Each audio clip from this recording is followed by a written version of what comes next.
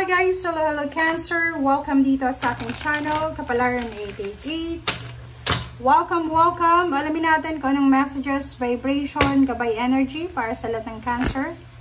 I hope na makuha mo yung energy, yung emotion, energy, or anything na kailangan nyo dito sa barahang to. Okay, Cancer, babae ka man or lalaki. Tingnan natin. Okay, pregnancy. Wow. Okay, wow. Okay, sa linggong ito, Cancer, there's unexpected pregnancy, the birth of a child, or maybe unexpected na makikita mo na positive ka sa pregnancy test. Okay? Dito din sinasabi ng baraha sa'yo na isang pagsisimula sa buhay nyo, pampamilya, pangkaibigan, or mag-asawa, na pwedeng magdala sa inyo ng pagbabago. Okay? So, there's a blessing, there's a new beginnings, blessing siya, na pwedeng dumating sa'yo. Maybe yung pregnancy kasi pwede din siyang trabaho, negosyo, unexpected income, unexpected inflow ng money, or anything.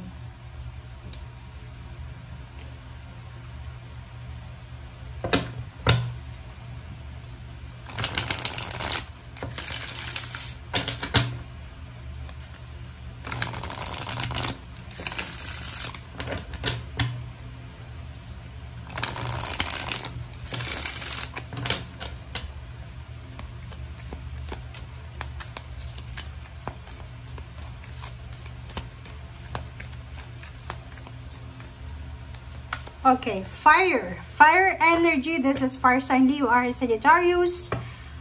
Sinasabi ng baraha sa'yo na isang fire sign Leo, Aries, Sagittarius, Cancer, ang pwedeng makatulong sa'yo para maayos yung takbo ng buhay mo.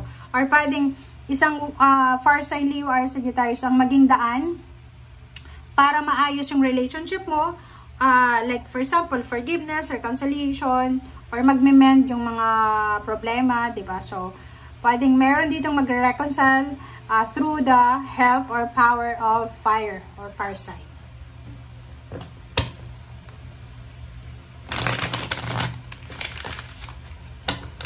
Okay, thank you. Kung hindi ka naman kumbaga nag-expect ng baby, wala ka namang asawa, wala namang boyfriend, wala namang pregnancy na mangyayari. But maybe this is ideas or emotion. Okay. Three of Gabriel. Yung Three of Gabriel, sinasabi na may prosperity talaga. Wow! Congratulations, guys. This is confirmation ng pregnancy, May prosperity na abundance na darating para sa'yo. Prosperity arising from wise planning. Diba? So, dahil sa pagpaplano mo, dahil sa ginagawa mo, posible na may magandang mangyayari sa'yo. Okay? Oras na para gumawa ka ng action, ng positive na action, plano, and oras na para gawin natin siya as soon as possible.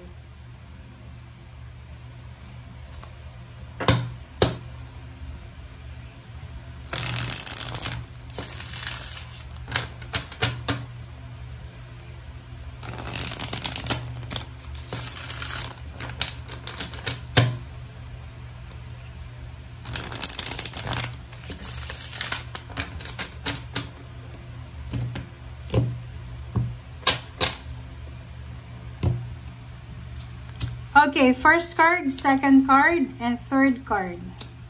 Okay, so nakikita mo dito merong exciting na endings and new beginnings ang posibleng darating sa'yo. So, kung makikita mo siya, sinasabi ng baraha sa'yo na excited ka, Cancer. Maybe excited ka para sa kung ano man tong retirement or end of contract, or maybe kung ano man yung magtatapos. Maybe tapos na yung pinapatayo mong bahay, tapos na yung anak mo na mag-aral, or maybe tapos ka na sa mga obligations and duties and responsibilities mo. And this week, may possible na graduation, may possible na celebration of success, or celebration of happiness, family celebration.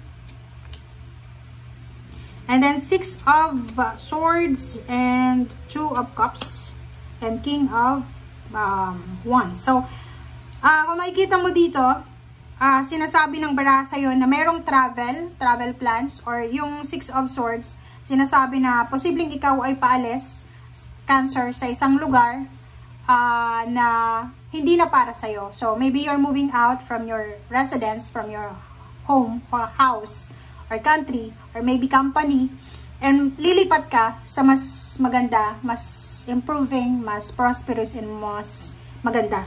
Okay? Relationship, ganun din. Maybe may bagong relationship, or maybe may magkarelasyon dito nakapag-desisyon silang mag-level up, magpakasal, mag-move in, parang ganun. And yung iba din sa inyo dito is sa trabaho. Pwedeng sa dating mong trabaho, sobrang toxic ng mga katrabaho mo, but for this new assignment or new job, career, ay maganda yung takbo ng relationship nyo sa bawat isa. Nakikita din natin dito na yung ibang Cancer ay nakafocus lang sa ginagawa nila.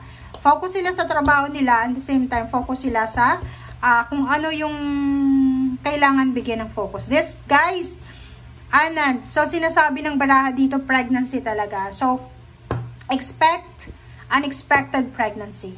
Okay? So, doon sa mga Cancer na babae or lalaki, mag-asawang Cancer, kung lalaki ka, babae, kung ayaw nyong magkaanak, nako, imposible na yan. Kasi, pwedeng sa linggong ito malaman na buntis yung babae, or maybe this week, this is the conception of the baby. Parang ganun. And for Cups, sinasabi ng baraha sa'yo dito na kailangan mong, kumbaga, i-prioritize yung iyong emotion, yung peace of mind. Kailangan mo din na i-prioritize yung decision making mo. Diba?